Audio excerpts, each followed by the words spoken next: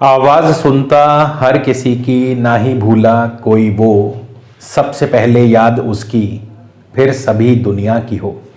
जय श्री राम, जय हिंद, जय भारत। दोस्तों, स्वागत है आप सबका एक बार फिर से आपके अपने चैनल स्काई स्पीक्स पर।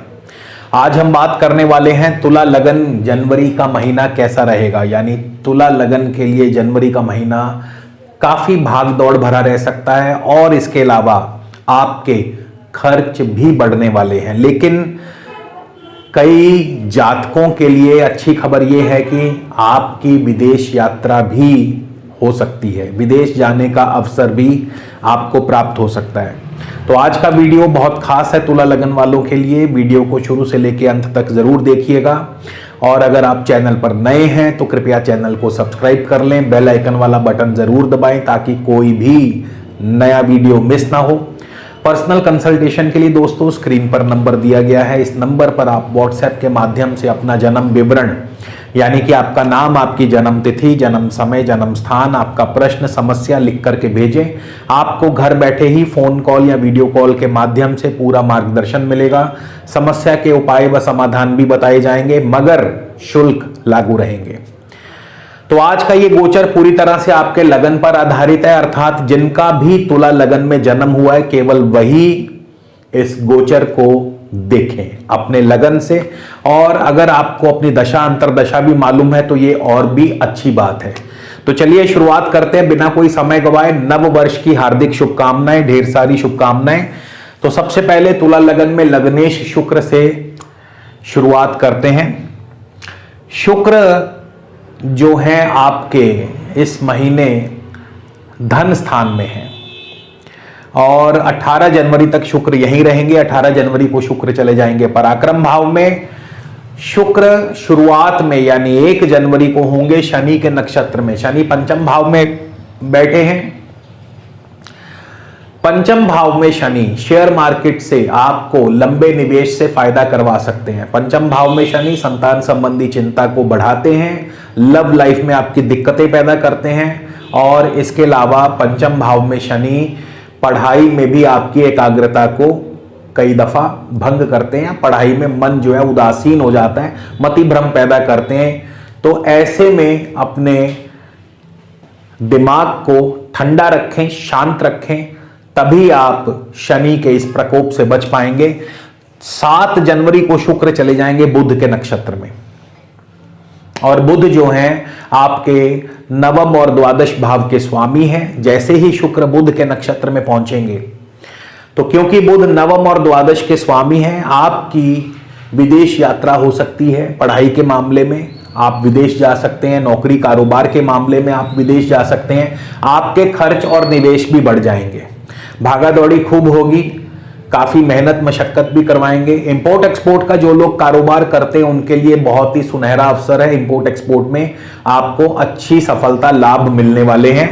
18 जनवरी को शुक्र चले जाएंगे केतु के नक्षत्र में। केतु भी बुध की ही राशि में है और मंगल के नक्षत्र में है। तो ऐसे में शुक्र सेम रिजल्ट पैदा करेंगे, यानी विदेश यात्रा, खर्च बढ़ेंगे, निवेश बढ़ेगा और इसके अलावा आर्थिक पक्ष भी थोड़ा बहुत मजबूत होगा। 29 जनवरी को शुक्र अपने ही नक्षत्र में प्रवेश करेंगे। ऐसे में सेहत और स्वास्थ्य का ध्यान रखें। हालांकि मान सम्मान, पद प्रतिष्ठा, कार्यों में सफलता मिलने लगेगी।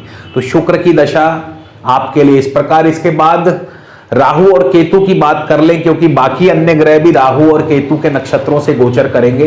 तो सबसे पहले राहु की बात कर लें। राहु की दशा अंतरदशा आपको कैसा फल देगी। राहु आपके 6ठे भाव में है, गुरु की राशि में है। गुरु तीसरे और 6ठे भाव के स्वामी है और राहु बुध के नक्षत्र में, बुध नवम और द्वादश के स्वामी है। यानी 3, 6, 9 और 12 नौकरी के संबंध में विदेश यात्रा हो सकती है, पढ़ाई के संबंध में विदेश यात्रा हो सकती है। इसके अलावा आपके खर्च निवेश बढ़ेंगे, भागदौड़ खूब होगी और इंपोर्ट एक्सपोर्ट का कारोबार आपके लिए बढ़िया चलेगा। तो राहु की दशा अंतरदशा में इस प्रकार से फल मिलेंगे और राहु 6ठे भाव में है तो ऋण, रोग और शत्रु का भी सफाया करते हैं। वहीं केतु आपके 12वें भाव में, बुध की राशि में है और मंगल के नक्षत्र में है। यानी केतु बुध की राशि, बुध नवम और द्वादश के स्वामी है, मंगल के नक्षत्र में है। मंगल आपके द्वितीय और सप्तम के स्वामी है, यानी 2, 7, 9 और 12 का कॉम्बिनेशन। व्यापार के सिलसिले में आपको विदेश जाना पड़ सकता है। इसके अलावा व्यापार में किसी बड़े कार्य में निवेश हो सकता है, एक्सपेंशन हो सकती है, खर्च बढ़ सकते हैं, और परिवार में भी कोई ना कोई मांगलिक कार्य संपन्न हो सकते हैं। लेकिन चोट आदि से बच के रहें, स्वास्थ्य का ध्यान रखें, क्योंकि केतु 12वें भाव में बैठे हैं। तो राहु और केतु इस प्रकार से आपको फल दे सकते हैं। वहीं शनि और गुरु की बात कर लें तो शनि राहु के नक्षत्र में है, तो ठीक राहु की भांति फल देंगे। जैसा राहु फल देंगे वैसा ही शनि फल देने वाले हैं। और शनि हालांकि पंचम भाव में अपनी राशि में भी हैं, तो पंचम भाव में शनि यहां पर आपको संतान की तरफ से कोई ना कोई चिंता परेशानी हो सकती है। गर्भवती महिलाओं को खास ध्यान रखना होगा। इसके अलावा पढ़ाई में आपका मन थोड़ा सा उचाट हो सकता है। तो शनि पंचम भाव में अपनी राशि में होने के बावजूद चीजों को बहुत ज्यादा स्लो कर देते हैं। इसके बाद बृहस्पति की बात करें तो बृहस्पति केतु के नक्षत्र में है, और बृहस्पति बिल्कुल केतु की भांति फल देंगे, जैसा केतु के बारे में ऑलरेडी मैं आपको बता चुका हूं। इसके बाद बुध की बात कर लें तो बुध इस महीने के शुरुआत में अपने ही नक्षत्र में है, तो बुध भी आपके पैरों में चक्कर डालने वाले, यानी खूब यात्रा आदि करवाने वाले हैं। लंबी दूरी की यात्रा, विदेश यात्रा, खर्चों को बढ़ाने वाले हैं, खर्च भी बढ़ेंगे आपके। इंपोर्ट एक्सपोर्ट का कारोबार आपका बढ़िया रहेगा। बुध 7 तारीख को केतु के नक्षत्र में जाएंगे, केतु का फल प्रदान करेंगे। 20 जनवरी को बुध चले जाएंगे शुक्र के नक्षत्र में। मान सम्मान बढ़ेगा, लेकिन सेहत और स्वास्थ्य का आपको ध्यान रखना होगा। ऐसे ही सूर्य की बात करें, सूर्य आपके लाभेश हैं, तृतीय भाव में है। तो सूर्य की दशा अंतरदशा में सूर्य शुक्र के नक्षत्र में होंगे। शुक्र लगन और अष्टम के स्वामी हैं। सेहत और स्वास्थ्य ठीक रहेगा, मान सम्मान भी बढ़ेगा, लेकिन किसी किसी जातक को कार्य में विघ्न और बाधाएं पैदा करेंगे। सूर्य 11 जनवरी को चले जाएंगे अपने स्व नक्षत्र में। सरकारी कार्यों से लाभ होगा, सरकारी अफसर आप पर मेहरबान रहेंगे। इसके अलावा कई सारे रुके हुए कार्य आपके बनेंगे, कई कार्यों में आपको सफलता मिलेगी। 24 जनवरी को सूर्य चले जाएंगे चंद्रमा के नक्षत्र में। चंद्रमा दशम भाव के स्वामी है। नौकरी कारोबार में अच्छी सफलता, कार्य सिद्धि के योग बनेंगे। नौकरी कारोबार में प्रमोशन के योग भी बन सकते हैं। मंगल की बात करें तो मंगल 1 जनवरी को केतु के ही नक्षत्र में केतु की तरह फल देंगे, और 14 जनवरी को मंगल शुक्र के नक्षत्र में आ जाएंगे। तो यहां पर आपको मान सम्मान पद प्रतिष्ठा मिलती है, लेकिन कार्य में बाधाएं और सेहत और स्वास्थ्य का आपको ध्यान रखना होगा। तो इस प्रकार से रहेगा तुला लगन वालों के लिए जनवरी का महीना। इस महीने उपाय कौन से करने हैं नोट कर लीजिए।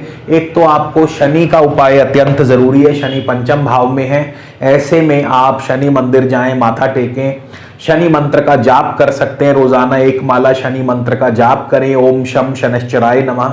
तो इससे शनि देव के अशुभ फल आपको नहीं मिलेंगे, और साथ ही साथ आप बुध और शुक्र को भी बलवान करने के लिए, बुध और शुक्र को सबल बनाने के लिए आप उनका रत्न धारण कर सकते हैं। और शुक्र के लिए ओपल, बुध के लिए पन्ना धारण किया जाता है। पुरुष हैं तो दाएं हाथ की कनिष्का में पन्ना और दाएं हाथ की मध्यमा में ओपल 7.25 रत्ती का।